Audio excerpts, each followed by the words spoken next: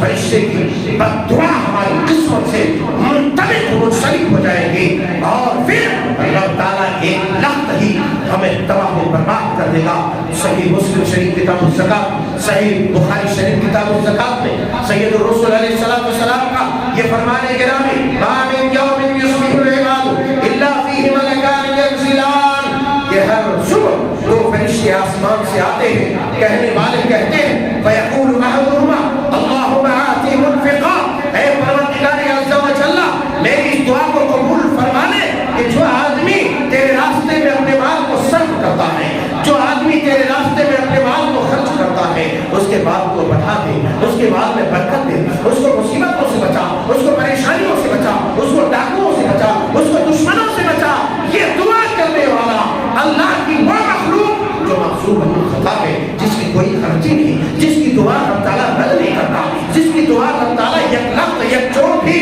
قبول کر لیتا ہے، وہ دعا کرتا ہے۔ اسی لیے تم دیکھتے ہو، دیکھتے دیکھتے چند ایام میں بہت سارے لوگ ایسے ہوتے ہیں جو لوگوں میں چرچے کا باعث بن جاتے ہیں، نیک نامی کما لیتے ہیں، دولت اچھی آ جاتی ہے، اور اس کے لیے اللہ تعالیٰ ان کے درجات کو بلند کرتے ہیں، لوگوں کی زبان پر اس کا نام جاری کرتا ہے، اللہ اکبر کبیرہ۔ مگر وہیں پر کچھ لوگ ایسے ہوتے ہیں، دیکھتے دیکھتے فرشتے کی اس بد دعا کے مستحق ہو کر کے اللہم آتی ممسکا طرفا، کہ پروردگار عز و جل، اے میرا رب، اے پروردگار اس آدمی کے مال کو تباہ کر دے، اس آدمی کے مال کو برباد کر دے، جو آدمی تیرے راستے میں مال خرچ کرنے سے اپنے ہاتھ کو روکتا ہے، جو اپنے خزانوں کے منہ کو بند کرتا ہے، اپنی تجوریوں میں سید سید کر رکھتا ہے۔ یہی بات تو رب تعالیٰ نے بھی کہی، وَيْلٌ لِكُلِّ هُمَزَةٍ لُمَزَةٍ الَّذِي جَمَعَ مَالًا وَعَدَّدَهُ، جو مالوں کو جمع کر کے رکھتا ہے۔ أَيَحْسَبُ أَنَّ مَالَهُ أَخْلَدَهُ، وہ یہ سمجھتا ہے اس کا مال ہمیشہ رہے گا، اس کا مال ہمیشہ رہے گا۔ كَلَّا لَيُنبَذَنَّ فِي الْحُطَمَةِ، نہیں، اس کا یہ گمان ہے، گمان باطل ہے، اس کی یہ سوچ غلط ہے، اس کا یہ نظریہ باطل ہے، اس کا مال تو رب تعالیٰ کی اس توڑ پھوڑ کر دینے والی آگ میں جا کر کے جل کر خاکستر ہی نہیں ہوگا، بلکہ اس کا مال تباہ و برباد تو ہوگا ہی، مگر اس کے مال کو تباہ و برباد کر کے رب تعالیٰ سانپوں کی صورت میں عذاب بنا کر کے اس پر مسلط کر دے گا۔ کلا لیُنبَذَنَّ فِی الْحُطَمَةِ، شراب میں توڑ پھوڑ کر دینے والی آگ میں اسے اس کے مال کو ڈال دیا جائے گا۔ تو راتوں رات جن کے مال تباہ ہو جاتے ہیں، دیکھتے دیکھتے لاکھوں لاکھ کروڑوں کروڑ روپے اس کے یوں ہی کھپ جاتے ہیں، اسے احساس تک بھی نہیں ہوتا ہے۔ بعد میں سنتا ہے ہاسپٹل میں اتنا لگ گیا، میرا مال پانی میں بہہ گیا، میرا گھر ٹوٹ گیا، 30 لاکھ کی کار بہہ کر چلی گئی، 2 لاکھ کی موٹر سائیکل بہہ کر چلی گئی۔ ارے پاگل، تم نے سمجھا ہی نہیں کیوں بہہ کے چل رہے، اس لیے بہہ کے چلی گئی کہ رب تعالیٰ کی آسمان سے اترنے والی وہ مخلوق جس کی دعا کو رب تعالیٰ مسترد نہیں کرتا، اس نے کہا تھا اللہم آتی ممسکا طرفا، کہ یہ اپنے آپ کو روکتا ہے۔ ہم اپنی عارضی خواہش کی تکمیل کے لیے، اپنے بچوں کی ناجائز خواہشات کی تکمیل کے لیے، اپنے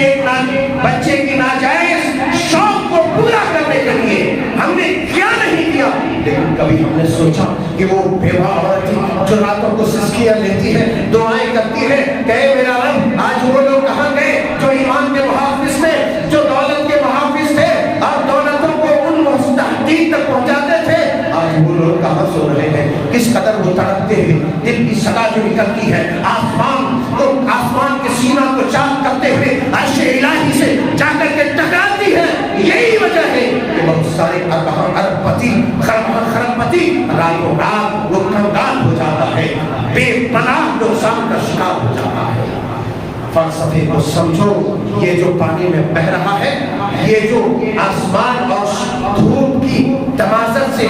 سب فصلیں تباہ و برباد ہو رہی ہے، وجہ کیا ہے؟ وجہ ہم نے ان خیر خواہیوں کو، رواداریوں کو، ہمدردیوں کو چھوڑ دیا ہے۔ چھوٹی چھوٹی باتوں پر اپنی ذات کے لیے سب کچھ قربان کر دینے کے لیے انسان تیار ہوتا ہے، لیکن رب تعالیٰ کے احکامات جس بارے میں کہا تھا انه ولا يحض على طعام المسكين انه كان لا يؤمن بالله العظيم، کہ یہ لوگوں کو مسکینوں کو کھانا کھلانے پر ابھارتے نہیں ہے.